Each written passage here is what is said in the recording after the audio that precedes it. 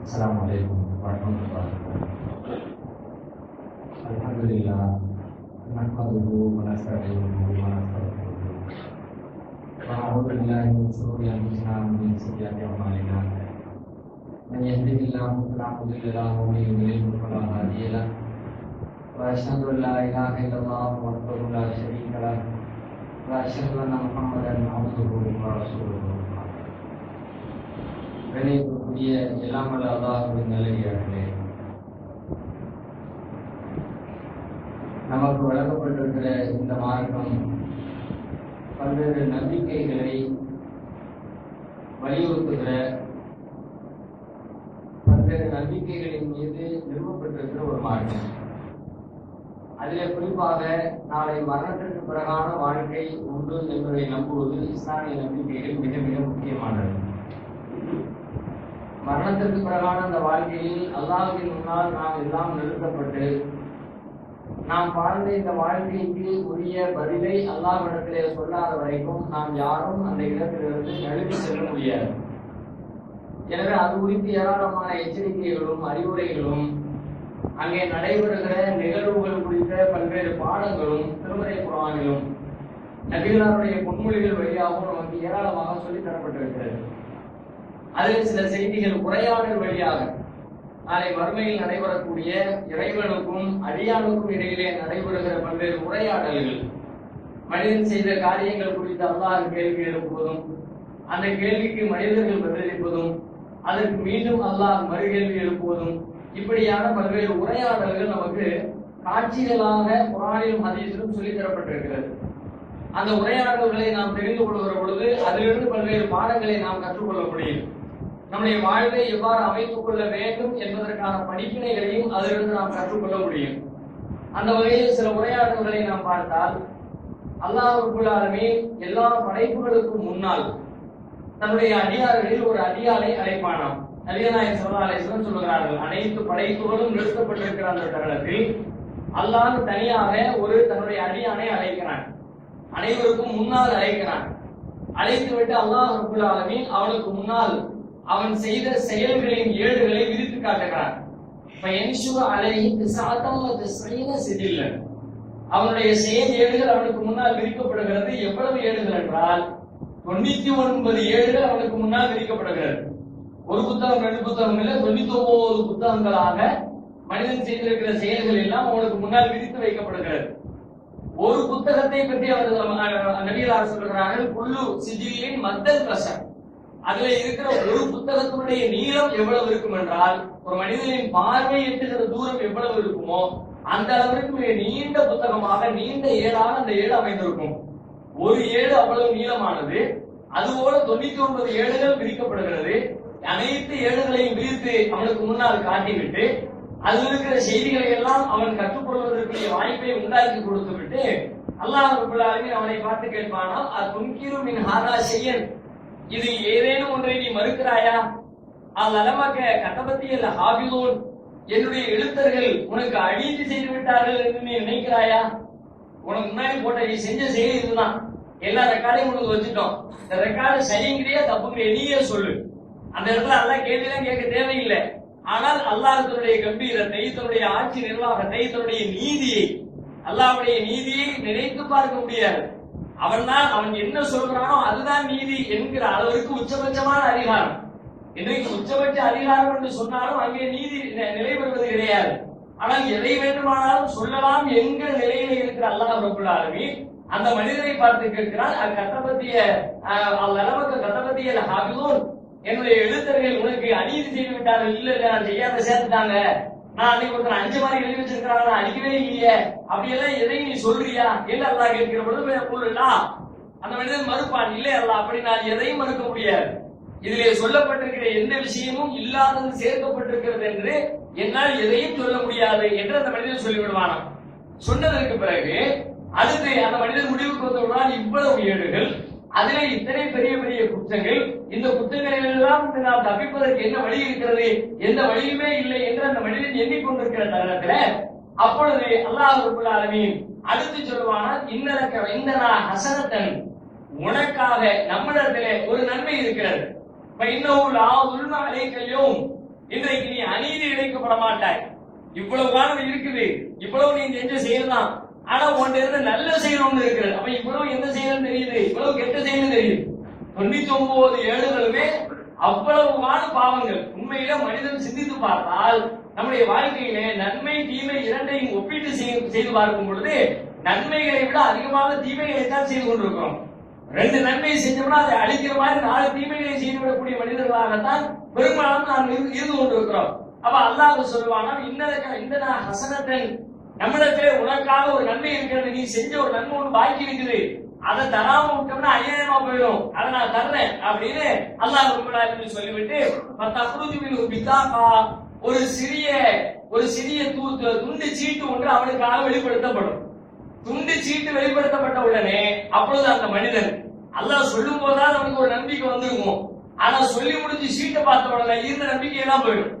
இவ்வளவு 99 ஏடுகள் பார்வையிட்டுகிற தூரத்திற்கு அதனுடைய விசாலம் இருக்கிறது. அதுல முழுக்க முழுக்க நான் செய்த தவறுகள் நிறைந்திருக்கிறது. அதிலிருந்து என்னை காப்பாற்றுவதற்கு ஒரு நன்மை இருக்கிறது அல்லாஹ் சொன்னான். அப்படிப்பட்ட ஒரு இது 99 என்ன ஒரு 909 இருக்கும். அப்படியானால் இதை மிகைக்கிற அளவிற்கு ஏதோ ஒரு பெரும் நன்மை இருக்கிறது என்று அவன் எண்ணுகிற சூழ்நிலையிலே ஒரு சின்னஞ்சிறிய துண்டு சீட்டு அவனுக்காக வெளிப்படுத்தப்படுகிறது. பார்த்த உடனே அவன் கேட்கிறான், யார் அப்படி மாஹாதிஹி பித்தாக்கா மகாதிஹி சில்லான், இத்தனை பெரிய ஏடுகளோடு இது என்ன துண்டு சீட்டு என்று அந்த மனிதன் கேட்பானாம். பித்தாக்கத்துன் பீஹா, அதற்குள்ளே இருக்கிற செய்தியை அல்லாஹ் சொல்லுவான், அஷ்ஹது அல்லா இலாஹ இல்லல்லாஹ் வ அஷ்ஹது அன்ன முஹம்மதன் அப்துஹு வ ரசூலுஹு என்ற இஸ்லாத்துடைய அடிப்படை கோட்பாடு, அந்த தூய கலிமா துண்டு சீட்டில் எழுதப்பட்டிருக்கும்.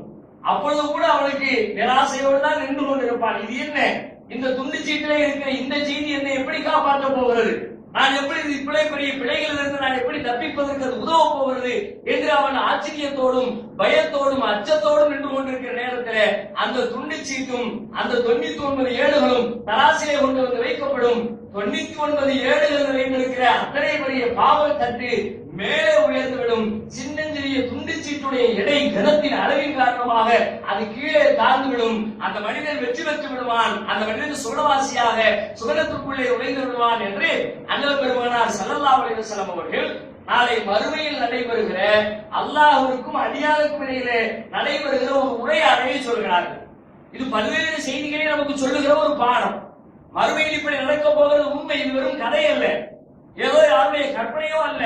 படைத்த ரப்புல் ஆலமீன் தன்னுடைய தூதர் வழியாக நமக்கு சொல்லி இருக்கிற செய்தி. நாளை இப்படி நடக்க போகிறது. எப்படி நடக்க போகிறது, 1000 பாவங்களோடு ஒரு மனிதன் வந்தாலும் கூட அந்த பாவத்தை எல்லாம் அழித்து தவிர்க்கிற ஆற்றல் படைத்து கொண்டு இருக்கிறது என்று சொன்னால் அது இந்த ஏகத்துவம் தான். அஷ்ஹது அல்லா இலாஹ இல்லல்லாஹ், வணக்கத்திற்குரியவர் அல்லாஹ்வை தவிர வேறு யாரும் இல்லை என்கிற இந்த திருக்கலிமாவையும் முஹம்மது ஸல்லல்லாஹு அலைஹி வஸல்லம் அவர்கள் அல்லாஹ்வின் தூதராக அல்லாஹ்வின் அடியாராக இருக்கிறார்கள் என்ற இஸ்லாமிய கோட்பாட்டின் அடித்தளத்தையும் யார் தன்னுடைய நெஞ்சத்திலே ஏந்தி வாழ்க்கையிலே அதற்கு முரணில்லாமல் வாழ்ந்து விடுகிறார்களோ அவர்கள் அல்லாஹ்விடத்திலே தப்பிப்பதற்கு மிகப்பெரிய வாய்ப்பு இருக்கிறது. வாழ்க்கையில் எவ்வளவோ பிழைகள் செய்திருக்கிறான், பாவங்கள் செய்திருக்கிறான். இறைவனின் கட்டளைகளை கூட பல நேரங்களில் தன்னுடைய பலவீனத்தினால், தன்னுடைய இயலாமையினால், தன்னுடைய பழக்க வழக்கத்தினால் அல்லது இந்த உலகத்தின் மீது கொண்டிருக்கிற மோகத்தினால் அவன் மீறி இருக்கலாம். ஆனால் இந்த ஒன்றிலே வீழாமல் இருந்தால் என் இறைவன் அல்லாஹ் தான், அவனுக்கு யாரையும் இணை கற்பிக்க மாட்டேன், அவனுடைய இடத்திலே யாரையும் வைத்து பார்க்க மாட்டேன், அவனிடத்திலே வைக்கிற கோரிக்கைகளை வேறு யாரிடத்திலும் வைத்து விட மாட்டேன், அவனுக்கு செய்கிற மரியாதை வேறு யாருக்கும் கிடையாது, வேறு யாரையும் வைத்திருக்கிற இடத்திலே அல்லாஹ்வை இறக்கவும் மாட்டேன், அல்லாஹ்வை வைத்திருக்கிற இடத்திலே யாரையும் உயர்த்தவும் மாட்டேன் என்று இந்த ஏகத்துவ கொள்கையிலேயும் நான் பின்பற்ற தகுந்த தலைவர் முஹம்மது ஸல்லல்லாஹு அலைஹி வஸல்லம் அவர்கள்தான் என்கிற கொள்கையிலேயும் ஒரு மனிதன் விடாப்பிடியாக உறுதியாக சமூகத்திலே 1000 சிக்கல்கள் பிரச்சனைகள் இருந்தாலும் கூட இதை அசைத்து ஒடுக்காமல் இருந்து விட்டார் என்றால் நாளை மறுமையில் இந்த ஒரு செய்தியை அவரை காப்பாற்ற போதுமானது என்பதைத்தான் இந்த உரையாடல் நமக்கு சொல்லுகிறது. அப்படியானால் நாம் இதை எவ்வளவு ஆழமாக கடைபிடிக்க கடமைப்பட்டிருக்கிறோம் யோசித்து பார்க்க வேண்டும். நம்மில் பல பேர் அதில் உறுதியானவர்களாக இருக்கலாம். நான் இணை கற்பிக்கிறவனில்லை, இணை கற்பிக்கிற சாயலின் மீது படுவதை கூட நான் ஏற்றுக்கொள்வதில்லை என்ற உறுதியோடு இருக்கலாம். ஆனால் நமக்கு அருகிலே எத்தனை பேர் இருக்கிறார்கள், அவர்கள் மத்த தீமைகள் செய்தவர்களாக இருந்தாலும் கூட அதிலே நீங்கள் பேசலாம், பேசாமல் இருக்கலாம், சில நேரங்களில் சொல்லிவிடலாம், சொல்ல தயங்கலாம், எப்படி எடுத்து கொள்ளலாம். ஆனால் நமக்கு அருகிலே ஒருவர் இறைவனுக்கு இணை கற்பிக்க இருக்கிற பாவத்தில் இருக்கிறார் என்றால் அவருடைய மறுமை வாழ்க்கையை வெற்றி பெற செய்வதற்கு நீ வேற எதையும் விட்டு தள்ளுப்பா. இந்த ஒண்ணுல கரெக்டாரு, இந்த ஒண்ணு நீ செய்யி. தொழுகலையா, சரி தொழுகணும், தொலாட்டி தண்டனை பாவம் தான். ஆனா என்ன பண்றது, அதை விட இது பெருசு. தர்காவுக்கு போகாத, சாயத்தை கெட்டாத, ஓடுது ஓதாத, அல்லாஹ்வுக்கு யாரையும் ஏற்பாடு பண்ணாத, அவுளியாக்களே கையெழுத்தாத. நம்முடைய சமூகத்திலே நம்ம சமூகத்தை தாண்டி இருக்கிற சமூகத்திலே முழுக்க முழுக்க அப்படித்தான் இருக்கிறது. ஆனால் நம்முடைய உறவுகளாக, அண்ணன்களாக, தம்பிகளாக, பெற்றோராக, பிள்ளைகளாக, உறவுகளாக எத்தனை பேர் இந்த இணையற்பிக்கிற பாவத்தில் மூடி இருக்கிறார்கள். உண்மையிலே அவர்கள் மீது நாம் நேசம் காட்டுகிறோமா? நேசம் காட்டுவதை போல நடிக்கிறோமா? நிஜமான நேசம் என்றால் இந்த உலகத்தில் அவனுக்கு ஏற்படுகிற இழப்பை விட மறுமையில் அவன் இழப்புக்கு ஆளாகிவிடக் கூடாது என்று எண்ணுகிற எண்ணம் தான் உண்மையான நேசம். அப்படியானால் அருகிலே இருக்கிறவர்களுக்கு குறைந்தபட்சம் தௌஹீதை பேசுவோம். தௌஹீதை பேசுவது என்றால் வேலையில் பேசுவது என்று பொருள் அல்ல. குர்ஆன் ஹதீஸ் வசனங்களை நாம் எடுத்து வைத்துக் கொண்டு மனனம் செய்து கொண்டு நம்பர்களை எல்லாம் நினைவிலே வைத்துக் கொண்டு 8ஆம் அத்தியாயம் 13வது வசனம், 4ஆம் அத்தியாயம் 8ஆம் வசனம் என்றெல்லாம் பேசி பேசி பிறரை கவர்ச்சிகரமாக எடுத்துச் சொல்லி ஈர்ப்பது என்று பொருள் அல்ல. நமக்கு தெரிந்த இந்த ஏகத்துவத்தை அடைந்தவர் அவன் மட்டும்தான், வணக்கத்துக்குரியவன் அவன் மட்டும்தான், அவனுடைய இடத்தில் எவரும் இல்லை, அவனை போன்று யாரும் இல்லை என்கிற இந்த கொள்கையினை நமக்கு அருகிலே இருக்கிறவர்களிடத்தில் நாம் பேசுகிறோமா? எத்தனை பேர் பேச யோசித்து பாருங்கள். அவர்கள் ஏற்றாலும் மறுத்தாலும் விரும்பினாலும் வெறுத்தாலும் இதை நாம் பேசியே ஆக வேண்டும் என்பதை புரிந்து கொள்ள வேண்டும். அத்தனை முக்கியமானது. 99 பார்வையிட்டுகிற ஏடுகள் எங்கே? சின்னஞ்சிறிய ஒரு கைத்துண்டு எங்கே? மேலும் சொல்லுகிறார் நபிகள் நாயகம் ஸல்லல்லாஹு அலைஹி வஸல்லம் அவர்கள், இஜாபு பில் காஃபிர், ஒரு இறை மறுப்பாளன் கியாமத் நாளில் கொண்டு வரப்படுவான். கொண்டு வரப்பட்ட அந்த மனிதனை பார்த்து அல்லாஹ் கேட்பானா, லவ் அன்னலக மில்உல் அர்தி ரஹபன் அகுந்த தப்தரி பிஹி, உனக்கு பூமி நிரம்ப, பூமி முழுவதுமே தங்கத்தால் வழங்கப்பட்டு, அகுந்த தப்தரி பிஹி, உனக்கு ஏற்பட்டிருக்கிற இந்த சிக்கலில் இருந்து உன்னை விடுவிப்பதற்கு நஷ்டஈடாக ஒட்டுமொத்த தங்கத்தையும் கொடுத்து விடு என்றால் நீ கொடுக்க முன்வருவாயா என்று இறைவன் கேட்பானா. மொத்த பூமியும் தங்கம். கொஞ்சம் அப்படி கற்பனையில் கொண்டு வந்து நீங்க பார்க்கணும். வார்த்தைகளாக பார்த்தா செய்தி இல்லை. மொத்த பூமியும் தங்கம் அப்படி போக முடியாது. நம்மகிட்ட இருக்கிற தங்கம் எவ்வளவு? ஒரு குண்டுமணி தங்கத்துக்காக நம்ம எவ்வளவு உழைக்கிறோம்? வீட்டப்பா ஒரு நெக்லஸ் வாங்கி கேட்டா எவ்வளவு சண்டை நடக்குது. ஒரே ஒரு மூக்குத்தி கேட்டா, ஒரே ஒரு கப்பல் கேட்டா, ஒரே ஒரு செயின் கேட்டா, அதுக்கு இந்த மனுஷன் என்னப்பா நம்ம எவ்வளவு பார்வையிட வேண்டியது இருக்கிறது. ஒரு கிராமுக்கு எவ்வளவு? அதுவே யாராவது 1 கிலோ 2 கிலோ கையில போட்டுட்டு போட்டோல போஸ் கொடுத்து கல்யாணம் முடிச்சாங்கன்னா பாரப்பா அள்ளி போட்டு நிக்கிறத. கண்களை அகலத்திலிருந்து பேசுகிறோம், வியப்பின் உச்சத்திற்கு சென்று விடுகிறோம். செருப்பை தங்கத்தால் போட்டிருக்கிறாரோ, செருப்புலாம் தங்கமா? அதுல பெரிய ஆச்சரியமான செய்தி. இங்க கேட்கப்படுற கேள்வி செருப்பை பத்தி மட்டுமே இல்ல. செருப்பு தங்கம், சட்டை தங்கம், பேண்ட் தங்கம், கண்ணாடி தங்கம், பேடு தங்கம், பில்டிங் தங்கம். நான் இருக்கிற வீடு மட்டும் இல்ல, பக்கத்து வீடு தங்கம். நான் இருக்கிற ஊரு முழுக்க தங்கம், திருச்சி முழுக்க தங்கம், தமிழ்நாடு முழுக்க தங்கம், இந்தியா முழுக்க தங்கம். பக்கத்தில் இருக்க பாகிஸ்தான் தங்கம், பர்மா தங்கம், மலேசியா தங்கம், சிங்கப்பூர் தங்கம், அமெரிக்கா தங்கம், மொத்த உலகத்தை எல்லாம் சொல்றான். மில் உள்ள அருளி ரகபன், மொத்த பூமியும் தங்கத்தால் நிறைந்து. அப்படியே சின்னது மேல போய் பாருங்க, கற்பனைக்கே எட்டாது. ஒரு சின்ன சிறிய தங்க துகள்களுக்காக வேண்டி அத்தனை பாடுபடுகிற மனிதன் ஒட்டுமொத்த பூமியும் தங்கத்தால் நிறைந்திருந்தால் அப்ப அவனுக்கு என்ன தோணணும்? எவ்வளவு ஆடு தங்கம், இந்த இதுக்காக நீ அவ்வளவு கேட்கிய, ஒரு 50-50 வச்சுக்க. வேற பேசுறதுதானே, என்ன கிடைக்குதோ அதுக்கு தகுந்த மாதிரி பேசுவோம்ல. நம்ம எவ்வளவு கொடுக்குறோம், எவ்வளவு சாபம் வாங்குறோம். அந்த மாதிரி இவ்வளவு தங்கத்தை இஸ்ரேல் கொடுக்குறதா 25% வச்சுக்க. அமெரிக்கா கூட வச்சுக்க. இந்தியா பெரிய நிலப்பரப்பா, அவ்வளவு பெருசு, அந்த தங்கத்தை வச்சுக்க. அந்த பேச்சுக்கெல்லாம் வேலையே கிடையாது. இந்தியாவா, அமெரிக்காவா, ஐரோப்பாவா, சிங்கப்பூரா, இஸ்ரேலா, பாலஸ்தீனா, மொத்த பூமி தங்கமா? இறைவா மொத்தத்தையும் வைத்துக் கொள், என்னை விட்டுவிடு, அதை நான் நஷ்டஈடாக தர தயாராக இருக்கிறேன் என்று அந்த மனிதன் சொல்லுவானா? அப்படியானால் அந்த இழப்பு, அந்த துன்பம் எவ்வளவு பெரிது என்பதை யோசித்து பாருங்கள். எவ்வளவு பயங்கரமாக இருந்தால் மொத்தத்தையும் கொடுப்பதற்கு மனிதன் முன் வருவான். வந்ததற்கு பிறகு அவன் ஒத்துக்கொண்டதற்கு பிறகு அல்லாஹ் சொல்வானா, பக்கத்து சாழ்த்துக்க மின்ஹாரா அதுவன மின்ஹாரா, இன்றைக்கு இவ்வளவு பெரியதையும் மொத்த உலகமும் தங்கமாகி அந்த தங்கத்தை கொடுப்பது என்றால் உன் கற்பனைக்கு எட்டாவது அளவிற்கு மிகப்பெரிய செய்தி அது. அத்தனை பெரிய இழப்பையும் நீ தாங்கிக் கொள்வதற்கு தயார் என்று முன் வந்திருக்கிறாய். ஆனால் உள்ளத்திலே நான் கேட்டது என்ன? உலகத்தை கொடு என்று கேட்டானா? உன் சொத்துவத்துக்களை கொடு என்று கேட்டானா? அல்லாஹ் துஷ்ரிக்கு பி செய்யா, எனக்கு எதையும் இணை வைத்து விடாதே என்கிற ஒரு சின்னஞ்சிறிய கோரிக்கையை தானே உனக்கு முன்னால் முன்வைத்தேன். அல்லாஹ் சொல்வான், உன்னை நான் என்ன சொன்னேன்? இன்னைக்கு எல்லாத்தையும் தரங்கிறேன். ஆனா அன்னைக்கு நான் உன்னை எதையும் கேட்கிறேன், எந்த தியாகத்தையும் கேட்கிறேன், எந்த இழப்பையும் கேட்கிறேன். அல்லாஹ் எனக்கு ஈக்குவலா யாரையும் கற்பனை பண்ணாதப்பா, இதை மட்டும்தானே கேட்டேன். அதன் கூட நீ செய்யலையே. அதை செய்யாமல் வந்துவிட்டு இன்றைக்கு தங்கத்தை தந்தால் தருவதற்கு நஷ்டீடாக கொடுப்பதற்கு தயார் என்கிறாயா? உன்னுடைய நஷ்டீடு ஏற்கப்படாது. திருமலை குரானில் இறைவன் சொல்லுகிறான், இன்னல்லதீன கஃபரு வமாது வஹும் குஃபாருன் அலை யுக்பல மின் அஹதிஹிம் மில்உல்லாஹி ரஹபன் வலபித்ததாபி. இறை மறுப்பாளர்கள் மறுக்கும் நிலையிலேயே மரணித்து விட்டார். மொத்த பூமியும் தங்கத்தால் நிறைத்து அவர்கள் நஷ்டீடு கொடுத்தாலும் அவர்களுக்கு அது ஏற்கப்படாது. அப்படியானால் அதனுடைய முக்கியத்துவம் எவ்வளவு என்பதை புரிய வேண்டும். முக்கியத்துவத்தை புரிந்திருக்கிறான் எனக்கு மட்டுமென்று புரிந்து கொள்ளாமல் எனக்கு அருகிலே இருக்கிறவர்கள், நண்பர்கள், உறவினர்கள், நெருக்காரர்கள்,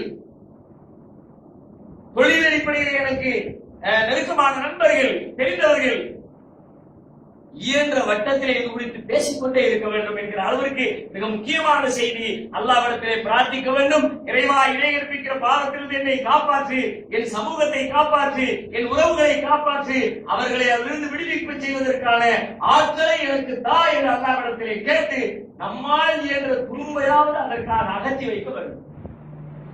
நாளை மறுமையில் நடக்கிற அந்த உரையாடலில் ஒரு உரையாடல் கற்றுத்தருகிற பாடம். அதே போல இன்னொரு உரையாடல் அண்ணன் பெருமானார் ஸல்லல்லாஹு அலைஹி வஸல்லம் சொல்கிறார்கள், அல்லாஹ் ஒரு மனிதனை அழைப்பான். இப்னு ஆதமுடைய மகனே, மரிது ஃபலம் தஅதுனி, நான் நோய்வாய்ப்பட்டிருந்தேனே, என்னை நீ ஏன் நோய் நலம் விசாரிக்கவில்லை? உடனே அந்த மனிதன் சொல்வானாம், யா ரப்பி கைஃப அஊதுக வ அன்த ரப்புல் ஆலமீன், இறைவா, நான் எப்படி உன்னை நலம் விசாரிப்பேன்? நீயோ ரப்புல் ஆலமீன். நீ என்ன மனிதனா? என்னோடு வாழ்ந்தவனா? என்னுடைய சகமாக இருந்தவனா? படைத்த ரப்புல் ஆலமீன், உனக்கு எப்பொழுது நோய் ஏற்பட்டது? நீ எப்பொழுது நோய்வாய்ப்பட்டிருந்தாய்? என்றைக்கு நான் நோய் நலம் விசாரிக்க வர மறுத்தேன் என்று அந்த மனிதன் ஆச்சரியத்தோடு கேட்பானாம். அப்பொழுது அல்லாஹ் பதிலளிப்பானாம், அம்மா அழிந்தனி அறியவில்லையா? அன்னரஜுலன் புராணன், இந்த குறிப்பிட்ட மனிதன் உனக்கு அருகிலே வாழ்ந்து கொண்டிருந்தார். மருவே, அவன் நோய்வாய்ப்பட்டிருந்தான். பலம் தவறு, அவனை நீ நலம் விசாரிக்கவில்லை. லவ் உத்தஹு லவ் வஜத்தனி என்றால் அந்த இடத்திலே என்னை நீ கண்டிருப்பாய். நோய்வாய்ப்பட்டிருக்கிற மனிதனை போய் நலம் விசாரிக்க சென்றால் இறைவன் தன்னையே நலம் விசாரித்ததை போல, அதை எப்படி புரிஞ்சுக்கவே முடியல. அல்லாஹ் சொன்ன வார்த்தையை, அல்லாஹ் எங்க, அல்லாஹ்வுடைய கண்ணியம் எங்க, அல்லாஹ்வுடைய கம்பீரம் எங்க, அல்லாஹ்வுடைய தஜல்லியத் எங்க, அதை எங்க கொண்டு அல்லாஹ் ஈக்குவல் பண்றா பாருங்க. உன் பக்கத்தில் இருக்கிறவனை நேசித்து பாரு. அவன் துன்பப்படுகிற பொழுது, நோய்வாய்ப்படுகிற பொழுது அவனுடைய நோயை நலம் விசாரிக்க செல். அதிலே கூட இன்றைக்கு நம்முடைய சமூகத்தில் ஏற்பட்டிருக்கிற ஒரு பிழையையும் நாம் யோசித்து பார்க்க வேண்டும். என்ன பிள்ளை என்று கேட்டால், நோய் நலம் விசாரிக்க செல்கிற பொழுது கைகளில் அவர்களுக்கு தேவையான பொருட்களை, உபகரணங்களை வாங்கி செல்கிற பழக்கம் இருக்கிறது. நல்ல பழக்கம் தான், கெட்ட பழக்கம்லாம் ஒண்ணும் இல்லை. பழங்களை வாங்கி செல்வது, வேற ஏதேனும் இனிப்புகளை வாங்கி செல்வது. ஆனால் இது ஏற்படுத்தி இருக்கிற சிக்கல் என்ன என்று கேட்டால், யாருடைய கைகளிலேனும் இது போல நோயாளிகளை விசாரிக்க செல்கிற பொழுது கையில காசு இல்லை என்றால் வெறுங்கை வீசிட்டு எப்படி போறது என்கிற காரணத்தினால் நோயாளிகளை விசாரிக்க செல்லாமலே இருந்து விடுகிற மக்கள் நமக்கு அருகிலே வாழ்கிறார்கள். எப்படியோ 200-300 ரூபாய் வேணும், போகும்போது ஏதாவது பூஸ்ட், ஹார்லிக்ஸ், பழம், ஆப்பிள், ஆரஞ்சு எதாவது வாங்கிட்டு போகணும். வெறுங்கையை வீசிட்டு போனா எப்படி? அப்ப இவ்வளவு இது நியாயமாக சிந்தித்தால் ஒரு பெரிய சமூக சிக்கல் இது. இருக்கிறவர்கள் வாங்கி செல்கிறார்கள் என்பதற்காக இல்லாதவர்கள் அவர்களைப் போல நாங்களும் வாங்கி செல்ல வேண்டும் என்று எதிர்பார்ப்பது நியாயம் அல்ல. அதை ஊக்குவிப்பது ஏற்புடைய காரியம் அல்ல. உங்களுக்கு முடிஞ்சா செய்ய, முடியலாட்டி நோய் நலம் விசாரிப்பதற்கு கிடைக்கிற நன்மை என்ன? அல்லாஹ்வே அந்த இடத்திலே நீங்கள் கண்டுகொள்ள முடியும் என்று அல்லாஹ் நாளை மறுமையில் சொல்லுவான் என்றால், அல்லாஹ்வே காண கிடைக்கிற வாக்கியமா? அல்லாஹ்வே காண கிடைக்கிறது என்றால் நேரடியாக அல்லாஹ்வை பார்க்க போறதில்லை. அல்லாஹ்வை பார்ப்பதை போல ஒரு உயர்வான இடத்தை அந்த மனிதன் அடைந்து கொள்கிறான். சமூகத்திலையும் ஒரு நெருக்கத்தை ஏற்படுத்துவது. நோயில் விசாரித்தல் அப்படிங்கிற எத்தனையோ பதை இருந்தாலும் கூட நோய் வந்துட்டா அதன் வழியாகவாது நம்ம சேர முயற்சி எடுக்கணும். சில பேர் சண்டை போட்டுக்கிட்டு அற்பமான காரியங்களுக்காக குடும்பத்துல பிரச்சனை பண்ணிட்டு மாத கணக்குல வருஷ கணக்குல பெருமையா பேசுற ஆளுக்கெல்லாம் இருக்கலாம். 10 வருஷம் ஆச்சு அவன் வீட்டு வாசப்படியில கால் எடுத்து வச்சு. உண்மையிலே பெருமைப்பட தகுந்த செய்தியா? எத்தனை கோபங்கள் இருக்கட்டும், எவ்வளவு பெரிய சண்டை சச்சரவுகள் இருக்கட்டும், அதற்காக மனித உறவுகளை வெட்டி வாழ்வது என்பது உயர்ந்த பண்பல்ல. சீமன் கத்தாரக்க வாஃபமன் நலமக்க வா ஹசின் இலாமன் அஸா இலைக்க. சீமன் கத்தாரக்க, உன்னை வெட்டியவரோடு நீ சேர்ந்து வாழ். வாஃபமன் நலமக்க, உனது அநீதி இழைத்தவரை மன்னித்து விடு. வா ஹசின் இலாமன் அஸா இலைக்க, உனக்கு தீங்கு இழைத்தவருக்கும் நீ நன்மை செய். உடனே செய்யணும் சொல்லுவாங்கல்ல, உடனே எல்லாராலையும் முடியாது. ஒரு தீங்கு நடந்த உடனே போய் நல்லவனா மாறி அள்ளி கொடுத்து கட்டி பிடிச்சு முத்தம் கொடுத்தா முடியாது. மனசு வராது, ஒத்துக்கொள்ள. அப்படிப்பட்ட உணர்வு வருவது என்பது மிகப்பெரிய வாக்கியம். அது எல்லோருக்கும் சாத்தியமற்றது. ஆனா ஒரு மாசம் கழிச்சு, ஒரு 6 மாசம் கழிச்சு, ஒரு வருஷம் கழிச்சு வேகம் அடியாதா? கோபம் தனியாதா? கோபம் தனிந்தாலும் சில பேர் வேண்டும் என்று தனியவிடக் கூடாது என்ற இருமாப்போல் பக்கத்தில் உட்கார்ந்து முடி விட்டுட்டே இருப்பான். 6 மாசத்துல இவன் மறந்து போயிருப்பான். அவன் கிட்ட போற நினைவு இருக்கா உனக்குமா? அன்னைக்கு என்ன பேசுறான் நினைவு இருக்கா? முடிஞ்சு போச்சு. உடனே நினைவு வந்துருமா? அதோட முடிஞ்சு, சாப்டர் க்ளோஸ். நோயிலே படுத்து கிடக்கிறவன் வாழ்வின் விரக்தியிலே கிடப்பான். அவனை போய் சந்திக்கிற பொழுது அவனுக்கு ஒரு உற்சாகம், வாழ்வின் மீது நம்பிக்கை, ஒரு தன்னம்பிக்கை. சமூகத்திற்கும் அது பயனளிக்கிறது, நாளை மறுமை வாழ்க்கைக்கும் பயனளிக்கிறது என்கிற ஒரு செய்தியை நபிகளார் சொல்கிறார்கள். இப்படி ஏராளமான உரையாடல்கள் நமது வாழ்வின் பார்வையை மாற்றித் தருகிற அற்புதமான உரையாடல்கள் நாளை மறுமையிலே நடைபெறும் என்று சொல்லித் தரப்பட்டிருக்கிறது. அந்த விஷயங்களை எல்லாம் உள்வாங்கி வாழ்க்கையிலே கடைபிடிக்கக்கூடிய நன்மக்களாக மாற வேண்டும். அல்லாஹ் நம் அனைவருக்கும் வரக்கூடிய நல்லவர்களை தந்தருள்வார்கள்.